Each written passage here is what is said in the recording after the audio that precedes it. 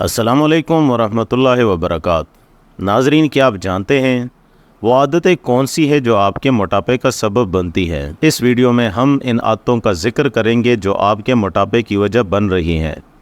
मोटापे को मेडिकल की ज़ुबान में ओबेसिटी कहते हैं।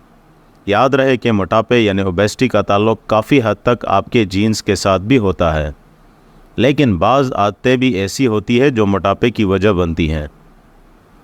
Number 1, eating amnesia. ये इस हालत को कहते हैं कि जब आप बग़ैर सोचे समझे बस खाना खाते रहते हैं। ये इस वक्त होता है जब आप खाने के दौरान मोबाइल या कुछ पढ़ने में मशगूल होते हैं, या फिर अभी आपने खाना खाया और टीवी या कंप्यूटर के सामने बैठ गए और फिर से आलू चिप्स या कुछ और खाना शुरू किया।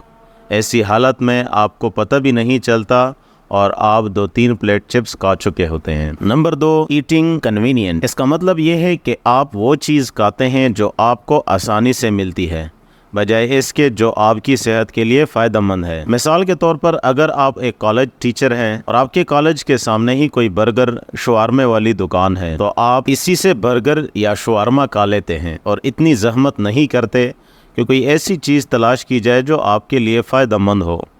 नंबर 3, कूल ड्रिंक्स या soft drinks.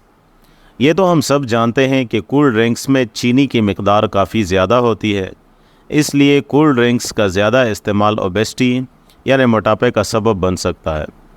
Number 4, portion distortion.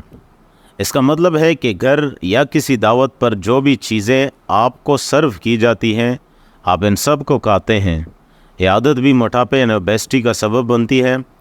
अगर आपके सामने 5 डिशेस रखी जाएं तो इसका ये मतलब नहीं है कि आप पाँचों के पाँचों ही खा जाएं।